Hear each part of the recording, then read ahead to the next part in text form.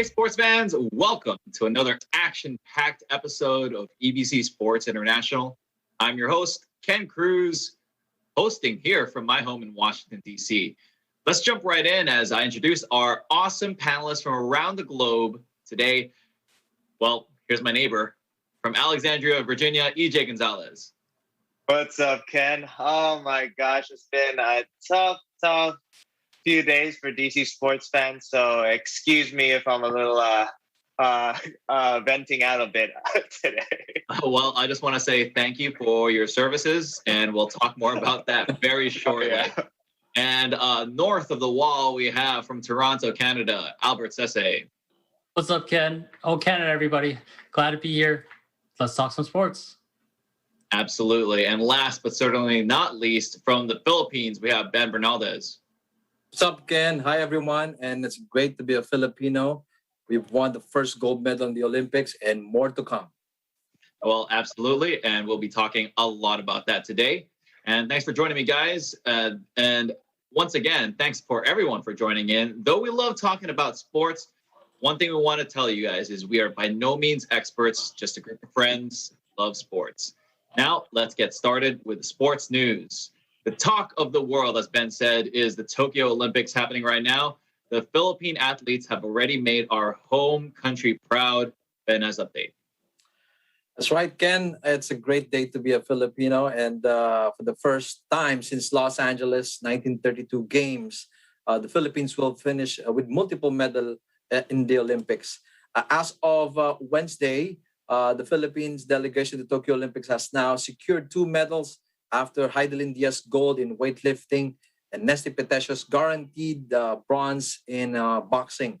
But more medals are expected to come for the Philippines with 3 more boxers headed by Yumir Marshall after he won against Algerian Younes Nimuchi via a referee stoppage due to injury with 19 seconds in the first round to advance to the quarterfinals of the 69 to 75 kilogram boxing competition in Kogikan Arena. So if he wins 2 more bouts and if he wins this next bout, he can be assured of a bronze as well. But he's aiming for gold. So 3 more wins for Marshall, and he will assure of a gold medal. Also, we have Nesty Petecio. He has to win 2 more bouts to get a gold medal. He's battling. He's fighting an Italian boxer in her next bout. And then Carlo Paalam moves to the round of 16 in boxing. Still in contention, of course, reigning U.S. women's golf champion Yuka Saso and teammate Bianca Pagdanganan for golf. And also the men's golf represented by Jubik Pagunsan.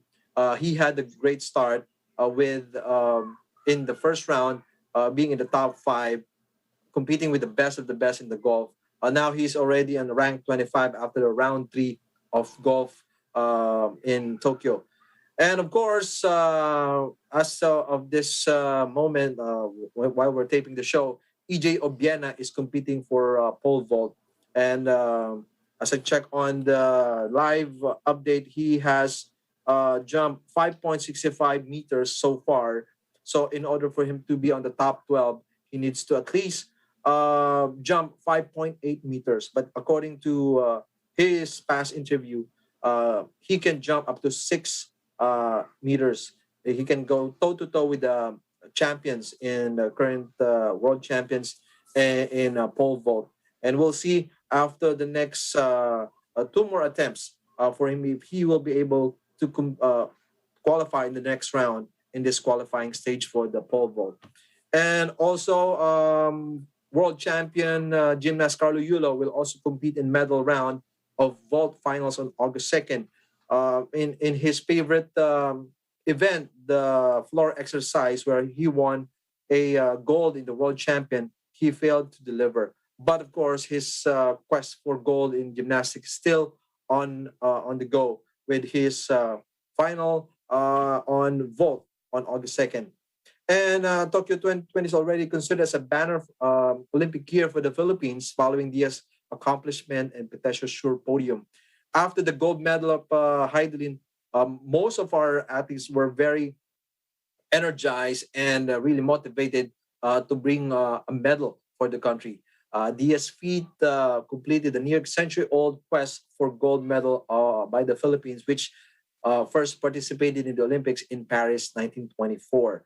And just to some, yesterday, Luke Geby of swimming did really well in the preliminaries for 50 meters freestyle. He placed first, but did not qualify for the semifinal round.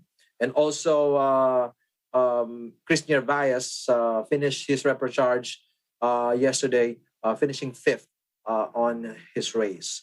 And this is our medal tally as of Friday, July 30.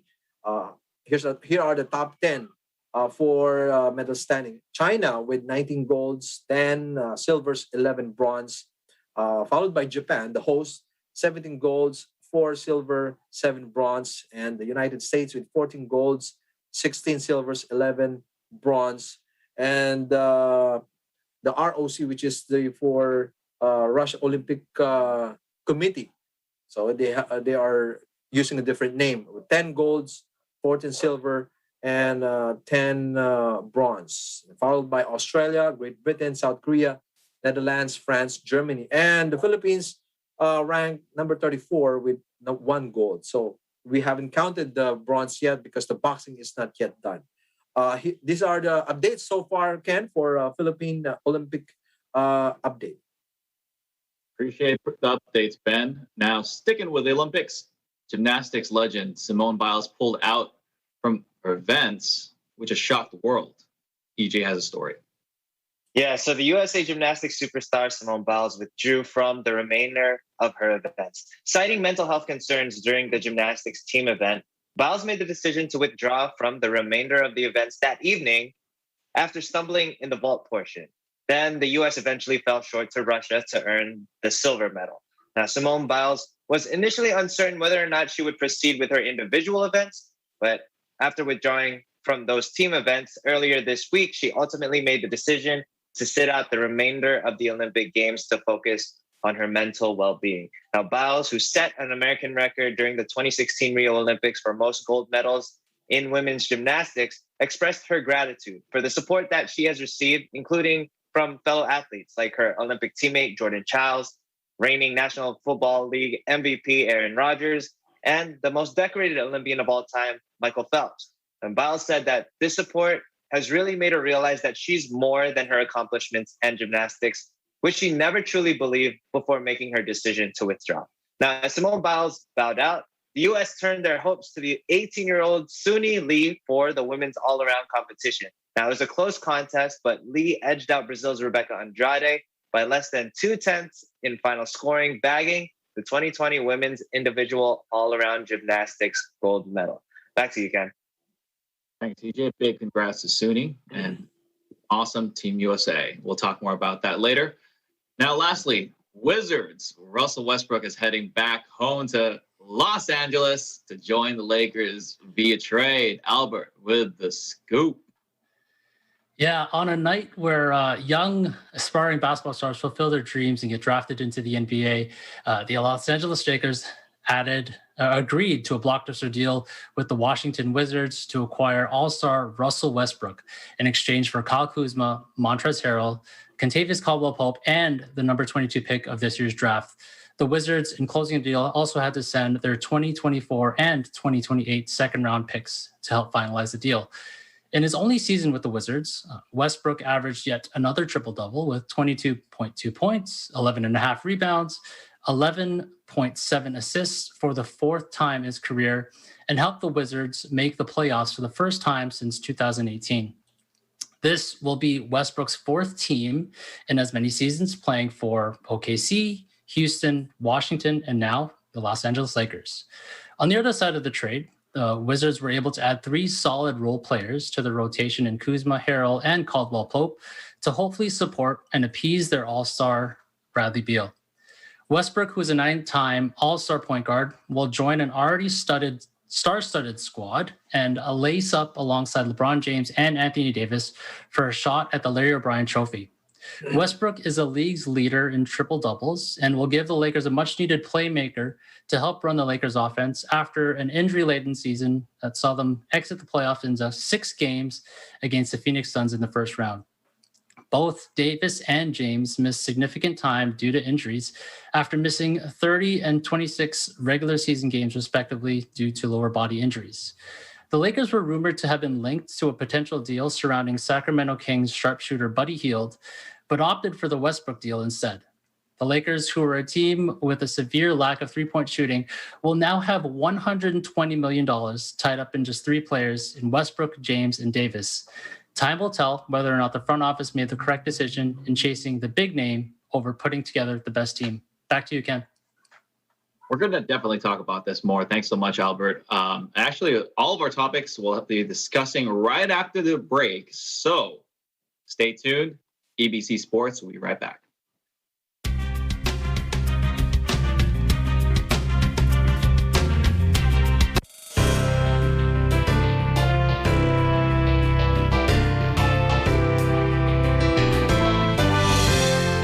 Pinupuri ko ang inyong kongregasyon na isang siglo nang nakatuon sa pagbibigay galak, paghatid ng tulong sa nangangailangan, at pagpapalaganap ng mabuting balita sa mga pamayanan.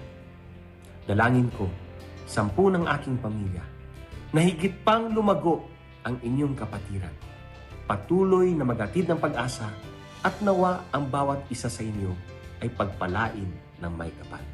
Taos-pusong bumabati kay Ka Eduardo Manalo, tagapamahalang pangkalahatan ng Iglesia ni Cristo. Gayon din sa lahat ng mga kaanib sa inyong pagdiriwang ng ika-107 anibersaryo ng kapatiran. Mabuhay ang Iglesia ni Cristo, mabuhay ang lahat ng mga kapatid sa buong mundo.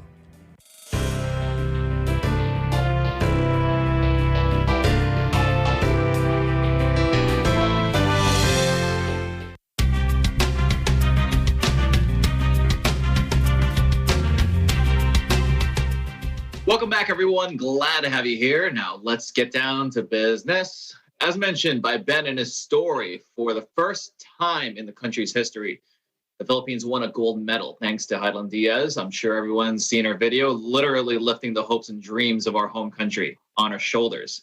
Let's get our initial reactions from our panel. Where were you? How did you find out? And how do you feel? And how did you feel at the time that you found out?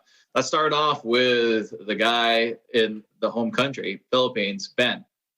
Well, I was watching her on TV, and it's really breathtaking to see her, because Heidelin Diaz has long been used to carrying the heavy weight of nation's expectation on her shoulder ever since she joined the Olympics. She came from a small a village in Zamboanga, and she started lifting at the age of 10 years old when she was discovered by a local lifter, Albert Atillano, and her cousin, Catalino Diaz. They saw something in her, and she was then trained and developed. And her first Olympics was in 2008, when she was just 17 years old. And then she placed 12 in her category. And then come 2012, and we see the progression of her development. And in London Olympics, he won silver. And then come this year in Tokyo 2020, he won gold. That because of her team as well, her training, of course, her previous Olympic journey. Of course, when you're an athlete, you have a lot to gain from your training as well. International competition, of course, assistance from private and government, because on your own you cannot survive and develop as a elite athlete. With Heidelin Diaz, we've seen her struggle to get that gold in this Olympics. Now she's reaping the benefits of her hard work. And of course, her strength and conditioning coach is also his partner and boyfriend as well. It was a great help. And her Chinese coach, who secretly did not tell the Chinese about the development of Heidelin Diaz. They kept it from the Chinese because the defending champion was a Chinese. And Team HT, Heidelin Diaz team, was able to get a champion coach, a Chinese champion coach that helped her reach this milestone in her career. And of course, the first gold medal for the Philippines. Albert, thoughts on this gold medal first? I mean, like, how did the Canadian Filipinos react to this? I mean, you along with your family, and I mean, like, I believe Toronto has a good amount of Filipinos. Like, what was the reaction in your area? Yeah, I feel like regardless of what country we're from, we all sort of gravitated towards this story, right? I felt like everyone's Instagram posts all had the picture of her, you know, the famous picture of her sort of celebrating right after she realized she hit the gold. And it's a very inspiring story, just given the fact of, again, like what Ben said, just with regards to her humble beginnings and you know, just looking at her training facility compared to some of these other countries, it's just very humbling to see, you know, she's coming from the bottom and now she's reached the pinnacle of her sport. So again, regardless of what country originally we're from, we're proud Filipinos all over the world. Yeah, I mean, EJ, real quick, thoughts on this? Yeah, thoughts on like how this affected you? Where were you? Yeah. How often did you share it? How many of your friends like saw it on shared the post on Instagram? What? Yeah, it had to be just social media. I mean, that's how news spreads so fast nowadays, right? So like when I saw this, I was like, oh man, this is incredible, especially after I read the first gold medal ever for the country. Of course, you know, being Filipinos, no matter, like Albert said, no matter where we're from, we're always going to be proud of whatever accomplishments a fellow Filipino has done. Just like last night during the NBA draft, Jalen Green, second overall pick, highest. We'll talk more about that later. Yeah, definitely. Absolutely. Exactly. So we're proud, man. We're proud. I mean, like for myself, I mean, I was working in the morning and like I got the notification and I was like, oh my goodness. And then I had to see it. Like I watched like a bunch of like ghetto YouTube videos. And I even watched like her medal ceremony from like somebody filming it in the crowd. And what was funny was the guy, like it was like completely quiet. You heard the national anthem, and then at the end, the guys like sang along, and it was like really off, and I just started laughing with tears flowing through my eyes because I was so proud. And then the guys just started singing, and I was like, oh my goodness. I thought that was hilarious. But I mean, big congratulations to her. I mean, I think one of the goals that we have now is hopefully we can get her on the show so that we can interview her and ask her. I mean, I think that would be an amazing thing to know, just like how'd she feel, what her goals are, and you know, just congratulate her for being, you know, the glory of Philippines. And when it comes to the, you know, as the Olympics. Now, next up, as EJ mentioned in his story, Simone Biles pulled out of her gymnastics events to focus on her mental health. This sparked a lot of conversation around the world. As EJ mentioned, Simone received a lot of support from fellow athletes and public figures, but also received harsh criticism from others. The pressure is high for all these Olympians as they represent their respective countries. Most of these athletes have trained all their lives for a very small, high-pressure moment. Is there too much pressure put on these athletes? Let's start with Albert. I think it's a very fine line, given the fact that, you know, especially in Simone Biles' case, in terms of all her different accomplishments, right? Numerous world championships. She's already achieved the top of her sport. But like she alluded to in one of her interviews, I remember her talking about how it's nice to know that she's more than just an athlete, right? She's more than just her accomplishments. And the fact that there is that support for her is very encouraging. But again, it's a fine line just with the pressure and literally the whole weight of your country behind your back, relying on you to sort of perform. And I can see how taxing it is, not only physically, but, over time mentally. So personally, I think it's important for her to take a step back and make sure that she's with it mentally. So that way, who knows, she may perform even better in the future and get those medals for the United States. EJ, I mean, like she talked about, like, having like I forgot what the word was, but it's twisties, like the twisties, the yips, right? I mean, like, it's one of those things where, but I mean, like, I believe the number is 28 golds that she herself has already. 30 actually. 30 for Team USA. Olympics, so, I mean, Olympics and World Champ. And people are saying still that what was it, like, you're an embarrassment to the country or something like that. And what are your thoughts about that? And with that, this undue pressure that people are putting on athletes, especially someone as established as Simone. Well, right. So Simone obviously has achieved the most that she can at her sport, right? Like, she is the GOAT.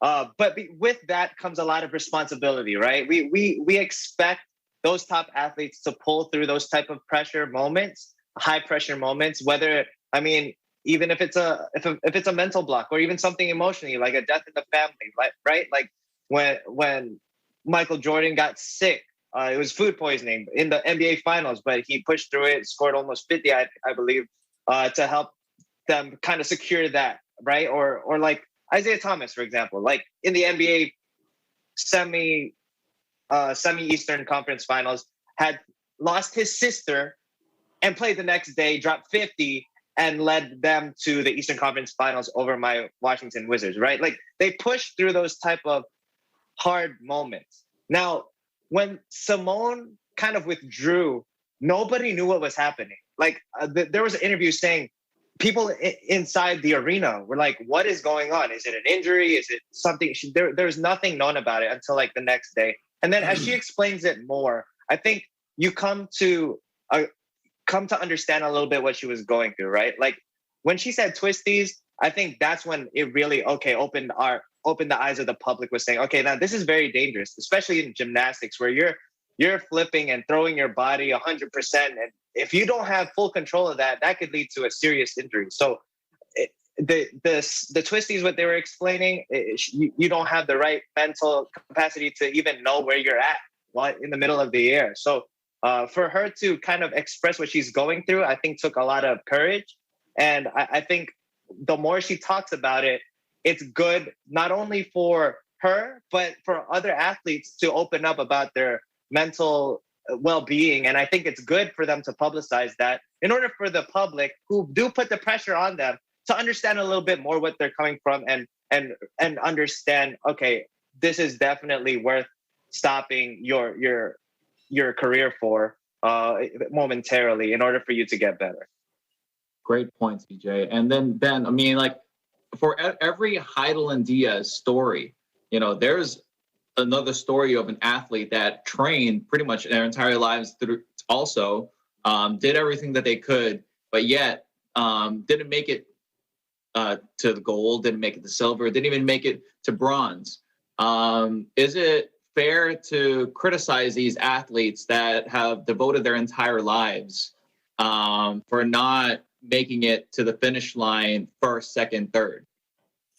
I think we don't have the right to criticize these athletes who have given their time, their effort, and of course, being away with their family just to train and give honor to their country. Just like what happened to our Filipino gymnast, Carlos Yulo, who were expected to win a medal for his favorite event in gymnastics, the floor exercise, where he won the gold medal in the World Championship, but fell short in the qualification for that event. Many people reacted for his loss. Even the media was harsh on him.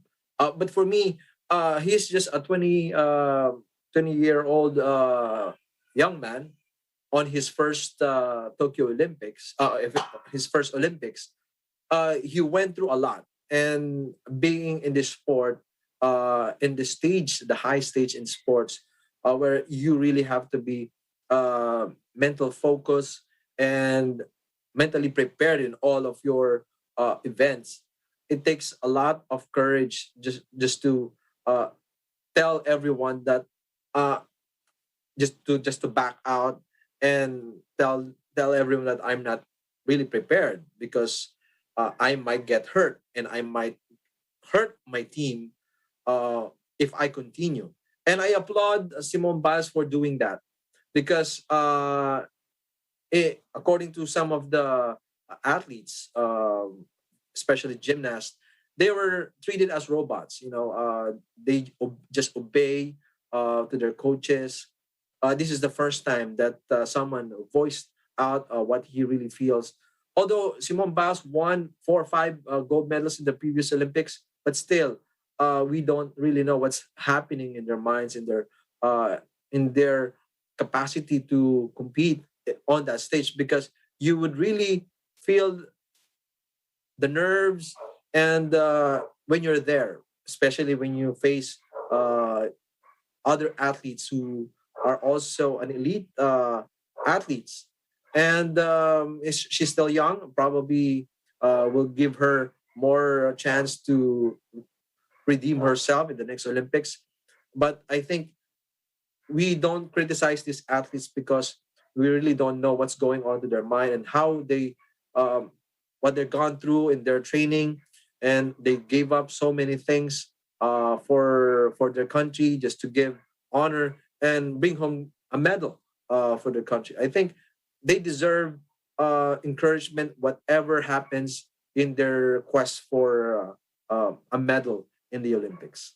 Great points, guys. I mean, I think just to wrap this all up, Michael Phelps said, and it's famous, his words, it's okay to not be okay, right? And I think that speaks truth, that speaks volumes. And, either way, congratulations to all the athletes that did win, and congratulations to all the athletes that didn't win. We're still proud of you.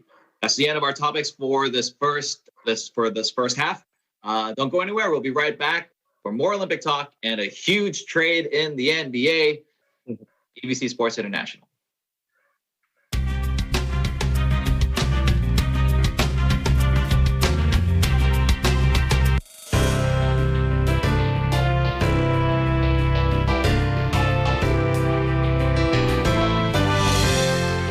I convey my warmest greetings to our brothers and sisters in Iglesia ni Cristo on their joyful celebration of the Church's 107th anniversary.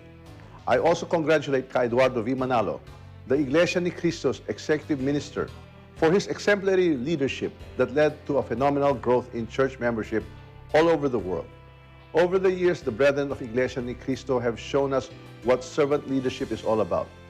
They have proven that one can help lead a nation by serving our people faithfully and diligently. I'm forever grateful to the Iglesia ni Cristo for all the impressive roles in the recovery and rehabilitation efforts in the Eastern Visayan region in the aftermath of Typhoon Yolanda. You were among the first to rush to our aid at a time when our people needed it the most. Your compassion in helping us rebuild our lives will be remembered in the years to come. I wish the Iglesia ni Cristo all the best as you propagate the faith in every part of the globe. May Lord God continue to bless your efforts in spreading the good news of our salvation and in living a life of good deed. Maraming salamat po sa serbisyo. Maraming salamat po sa malasakit.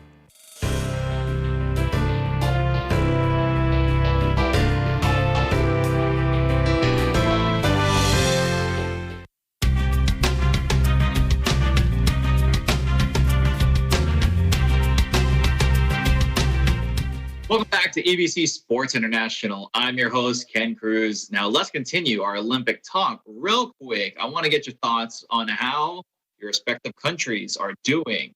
Now we each represent a different country, USA, Canada, Philippines, as we mentioned in the beginning. So let's ask our panelists, what grade do we give our country so far in these games? Let's start off with Team Philippines. Ben. Gold, Ken. Gold medal for Philippines. And this is the year for us and more medals to come. And Laban Pilipinas. Awesome. I mean, I feel like I'd give them an A already based on the fact that 100%. based on the fact that we've already created history. And I think also one of the funniest thing, what's the name of the Philippine skater? Michael Martinez. Yeah, I think that she is probably gold medal for memes and energy. If they had an energy gold For medal, skateboard, that's Marjeline Didal. Marjeline Didal, sorry. Oh, yeah, the girl. Yeah, Marjeline. I feel like she I've already seen a lot of my relatives in the Philippines putting her on memes, like her support picture. She's literally on the back on the back of everyone's picture. So cool. I think Even Tony everyone Hawk. loves it. Yeah, and I mean that was probably one of the funniest pictures of the Olympics. Hopefully, no one has that as a question of the week answer, but I think that Team Philippines is both entertaining and also really racking up a lot of the brownie points from the world. How about Team Canada? Albert, what do you grade them? I'm going to give our women an A+ because actually they've won all of our medals, all 12 of our medals. And the men, Wow. they still have some potential. I mean, the men's volleyball team is about to make the quarterfinals, so I'll give them a solid B. But for our women, A++. What do you think their chances are against Team USA on the soccer field for women? That Monday game is going to be very fun to watch for sure. Both teams are really good, but it's gonna be really close for sure. I believe Canada beat USA last time around, correct? Do you think it's going to be the similar situation based on Canada's current performance and Team USA's current performance? I mean, given Canada's women or Canadian women's trajectory so far, I wouldn't see them past it. So interesting. Well, we'll be talking about this next week. I'm sure we're going to have a Canadian on the panel, so I'm going to ask the same question, or someone's going to ask this question. Now, I mean, speaking of hopes and dreams, Team USA has a lot of the countries. I feel like more than any other country. Not more than any other country, but a lot of USA, talks a lot based on wins and losses, even in just pool play for basketball per se, right? I mean, look what happened after Team USA's loss to France for men's basketball. The world pretty much blew up, like turning their backs on Team USA. I mean, but I mean, Team USA has also got some golds, right? I mean, Ledecky's got some golds.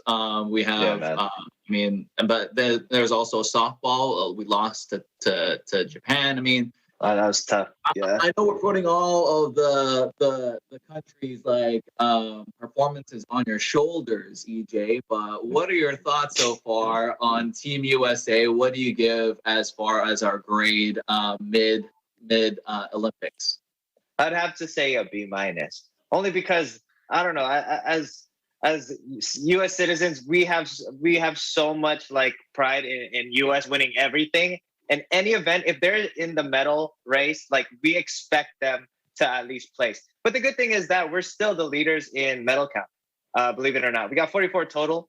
Then it's China, then it's Russia. China's behind by 3. They do have more golds, which is why I would give us a B-, because I expect us to win more golds than any other medal. But I mean, medals are medals, right? So I mean, B- for being the leader. But I really think we should have more goals than we actually have. I think track is going to change a lot of that. I believe China doesn't have as many representatives in the track field that are projected to medal. So I think that's going to be a game shifter as far as medal count and also gold medal count. But we'll see. Now, that was great Olympic talk. We have way more Olympic talk in the coming week when things start wrapping up. But let's shift over to the NBA. Last night was supposed to be devoted to the young soon-to-be stars that were drafted in the 2021 NBA draft. But before the first name was even announced, a blockbuster trade shook the NBA. Not finalized yet because one of the players, Kyle Kuzma, I believe in his contract, I think August 6th is the soonest that he could be technically traded.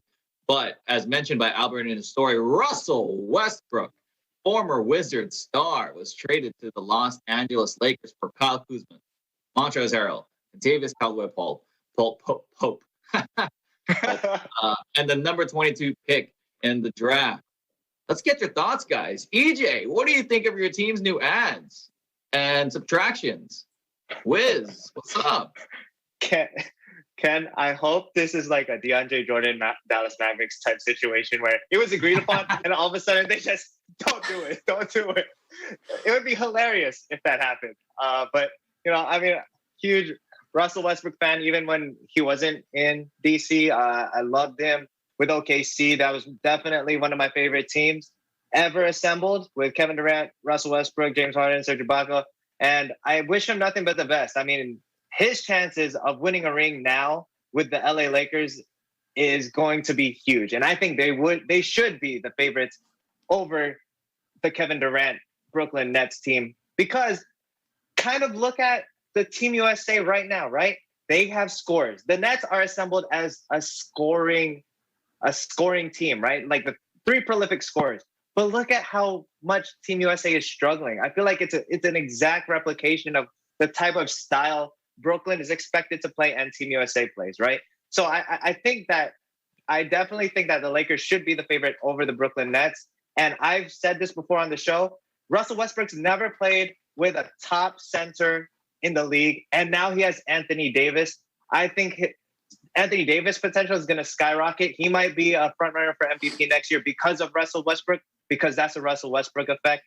I would not be mad if Russell Westbrook wins a ring with your Los Angeles Lakers, Ken, but I am sad that he left us here in DC, and I'm worried of what that means for the future of Bradley Beal. I mean, a lot of people have spoken that Bradley Beal is still committed to DC and is expected to stay. We're just gonna have to wait and see what happens Real in quick, the next few days. Before I switch, I'll ask the guys about this. I want to stay with the Wizards with you. I mean, like you picked up some talent. Harold's nothing to sneeze at. Kuz, I mean, he didn't turn out as great as we thought he would after like his MVP summer league, and in his rookie year, and also KCP is a knockdown shooter. He's a 3-and-D guy. I mean, like, what do you think of the ads? Do these guys make your team stronger or what? Yes, they do. Great pieces, good players, good contracts. I mean, their contracts are definitely helpful for our salary cap when we were overpaying for Russell Westbrook and Bradley Beal in our cap. But that space is great, and I love the players that we did get. Montrezl Harrell, he 6th Man of the Year candidate multiple years previously. And Kyle Kuzma, I wanted to say that Kyle Kuzma, I think, received so much pressure because LeBron was on his team. There's too much spotlight on him. And when LeBron steps down or when a star steps down, they expect Kyle Kuzma, of all people, to step up. Kyle Kuzma is a great role player, and I think he just needs a fresh start. And here in DC, I think there's going to be less pressure on him. And he can just play his game. He has potential to being a great shooter, and he's shown that, like you said, in the summer leagues, his first year with Lonzo Ball. And I think that's the Kyle Kuzma we need to see now that there's less pressure on him not playing with LeBron James. I wonder if he's the future. I mean, he's a man of many sponsorships, and maybe he's the future face of Bojangles. I don't know. Albert, I mean, like the naysayers of this Russell Westbrook trade say that this is just going to clog up the paint. Lakers currently don't have any shooters that can supplement this team with these three guys. 120 million. Russell Westbrook being the highest paid of the three. What are your thoughts on that?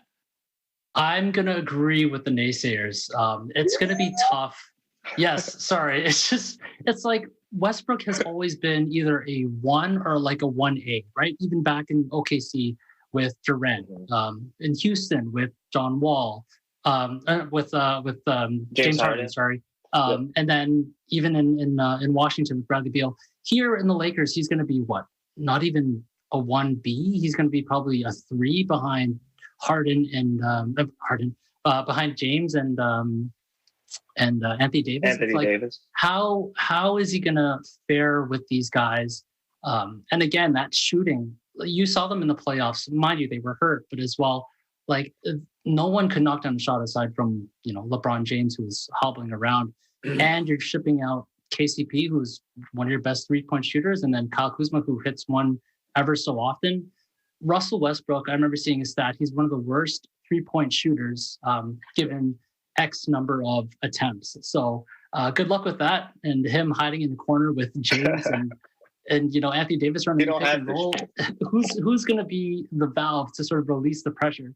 It's going to be tough. I mean, like I said earlier, it's like they went for the big name versus who I would have thought would have made a better choice. The Buddy Hield.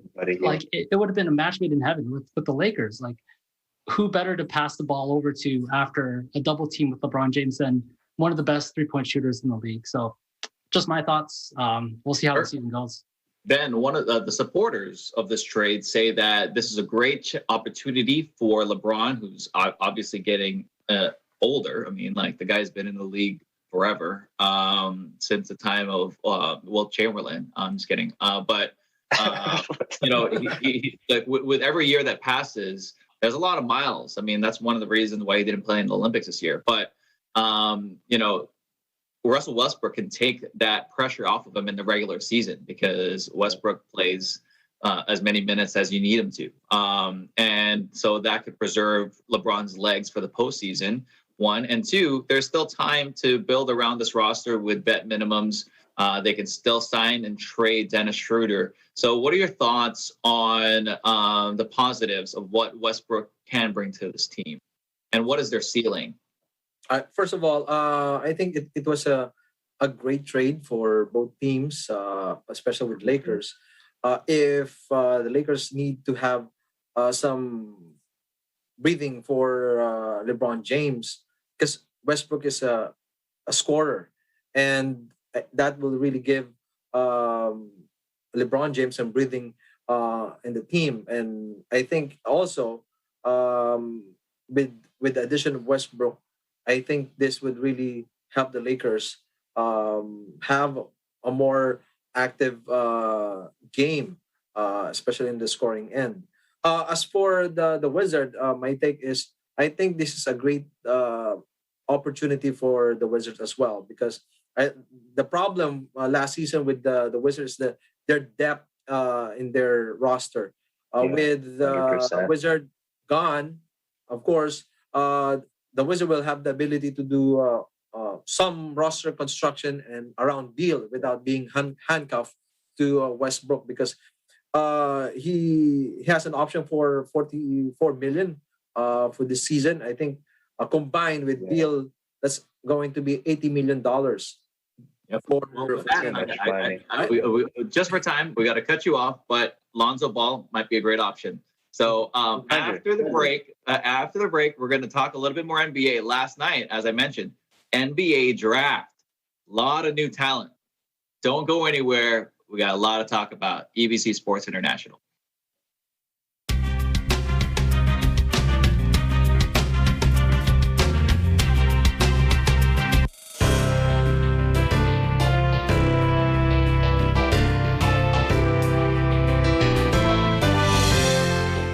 Happy 107th anniversary to the Iglesia ni Cristo, and congratulations to all of your members and officers around the world. Your reach can now be felt in 158 countries and has helped communities throughout the world with your various outreach programs. And I want to give special greetings and congratulations to your executive minister, Brother Eduardo, and again, happy anniversary to you all. Greetings and congratulations to the Iglesia ni Cristo on the occasion of your 107th anniversary. On behalf of our entire agency, I send and offer my warmest felicitations to Executive Minister Eduardo Manalo. May faith, joy, and compassion surround your fold. Here's to opportunities, more partnerships, and more collaborations. Mabuhay po ang INC. Mabuhay po tayong lahat.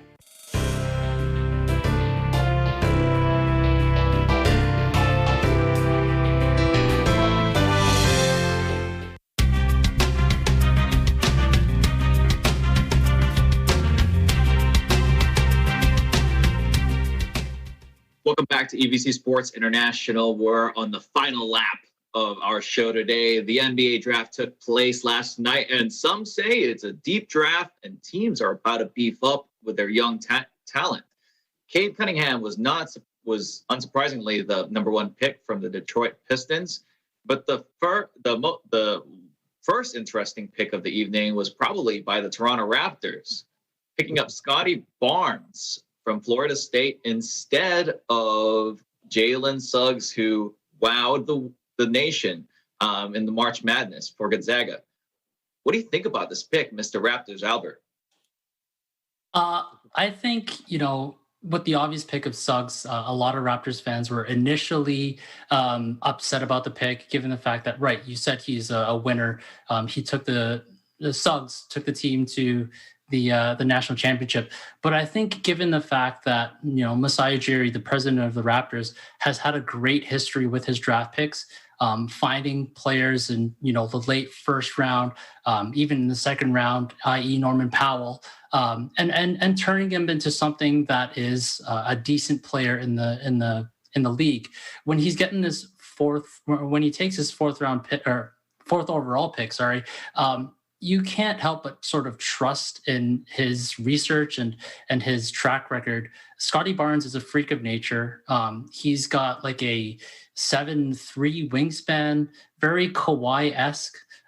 He can guard all positions. So he might not be the best player right now, but, again, given the track record of the Raptors and how they develop players, I wouldn't be surprised if he would be a better player than Suggs in 2-3 years. I'm not Masai, but if I were really set on this guy, I would have traded up and then got him and got an extra pick somewhere. But that's just me. Thanks, Albert. An exciting pick has to be by the Houston Rockets at number 2, picking up Jalen Green from a G League legend, right? Ignite, I believe, who is the third ever NBA player with Filipino heritage. Ben, thoughts on this? The Houston Rockets have a gem on their hands. Jalen Green is a reliable scorer and who has the potential to be a solid 3-level threat. And Green has the ideal combination of size and athleticism, and is a menace in the paint due to his agility and leaping ability. He's also adept at creating shots for himself and possesses the little step back 3-point shot in his arsenal. Green also developed the playmaking part of his game with the G League Ignite team, and while his passing still needs some improvement, I think theoretically he owns the complete offensive package. And of course, with the addition of Jalen Green, especially with the Houston Rockets on the rebuilding, since they traded away James Harden to the Brooklyn Nets, I think that's a great replacement for Harden with Jalen Green on the roster. Yeah, EJ, I think that when it comes to your week this week as a DC fan, it was tough. But I think you had a win last night. I really do. The Wizards may have picked up the best shooter in the draft with Corey Kispert, Gonzaga. Win for the Wiz?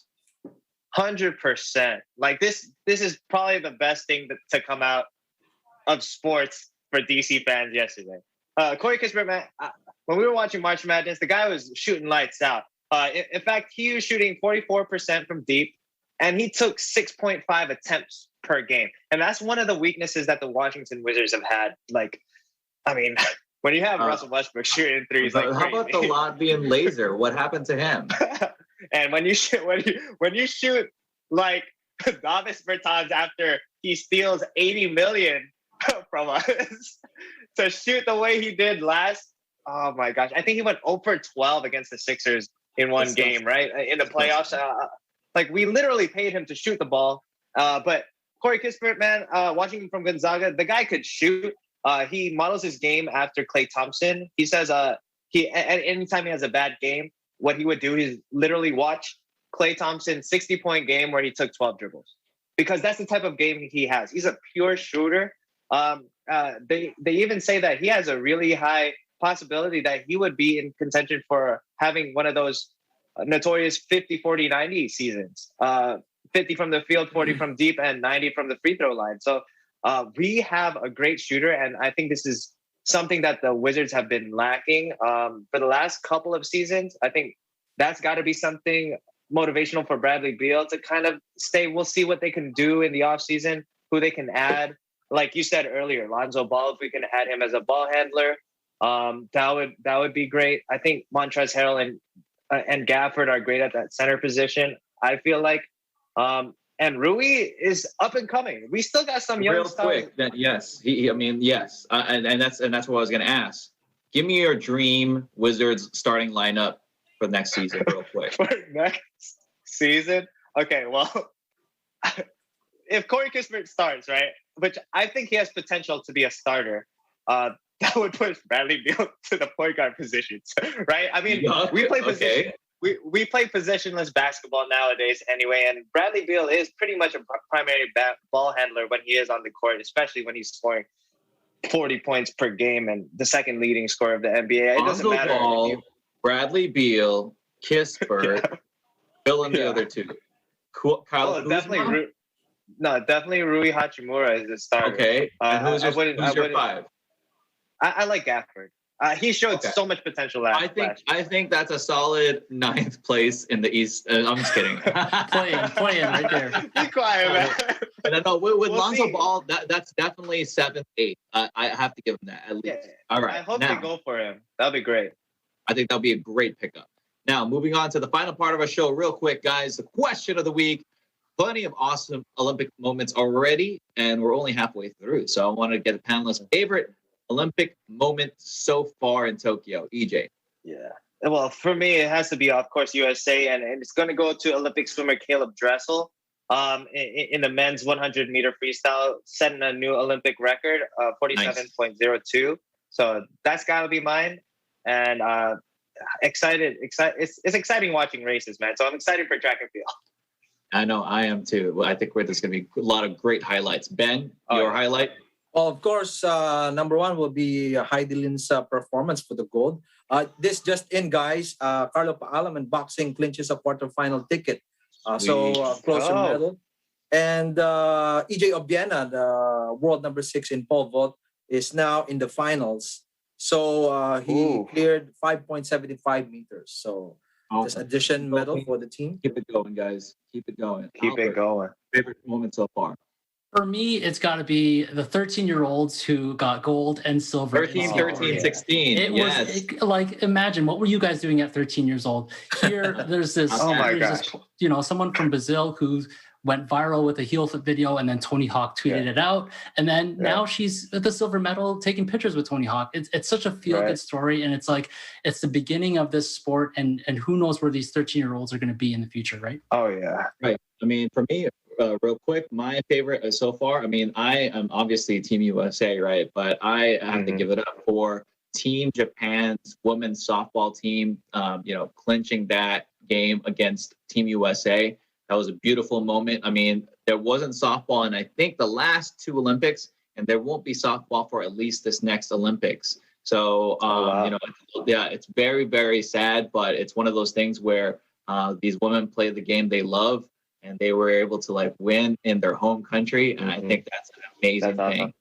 Now, that's all that time that we have for this week's edition of EBC Sports International. On behalf of everyone in our panel, thank you so much for joining us, and be sure to tune in again next week. Make sure to visit our websites at eaglenews.net and eaglenewslive.com. Like us on Facebook and follow us on Twitter at EagleNewsPH to join the conversation. For Eagle News, I'm Ken Cruz. We live in interesting times.